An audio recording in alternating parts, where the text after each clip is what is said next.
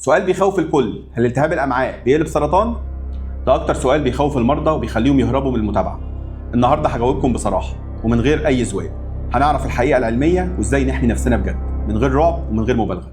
مش كل الم في البطن مجرد قولون. التهاب الامعاء المناعي مرض مزمن لكنه مش خارج السيطره.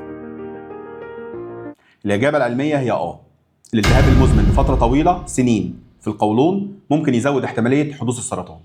لكن ركز في كلمه لكن دي كويس قوي. الخطر ده مش عند كل الناس ومرتبط بثلاث حاجات.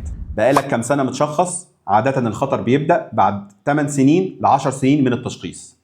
2 شده الالتهاب كانت عامله ازاي طول السنين دي. 3 المرض واخد مساحه قد ايه من القولون. ليه الالتهاب المزمن خطر؟ جسمنا ذكي بس كتر الالتهاب بيخليه يغلط. لما يفضل نسيج القولون ملتهب لسنين الخلايا بتبدا تتغير تدريجيا وتحاول تتاقلم، وساعات بتدخل في مرحله بنسميها الديسبليزيا، ودي مش سرطان، دي مرحله ما قبل السرطان.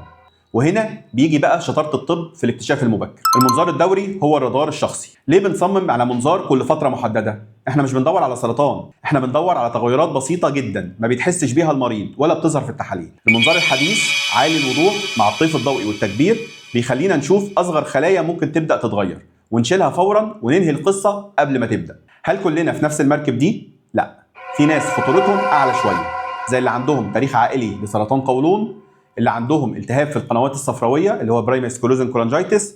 دول جدول متابعتهم بيكون مكثف اكتر.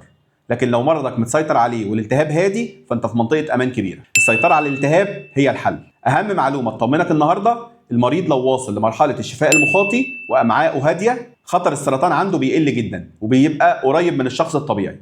يعني التزامك بالعلاج مش بس عشان تروح الحمام مرتاح، ده عشان تحمي حياتك مستقبلا. الخلاصه، وجود خطر محتمل لا يعني ابدا انه هيحصل.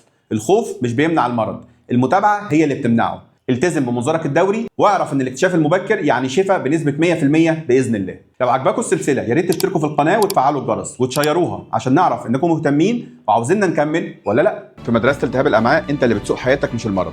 لو استفدت من حصه النهارده اشترك معانا وشاركها مع غيرك. زكاة العلم تبليغه ودمتم سالمين.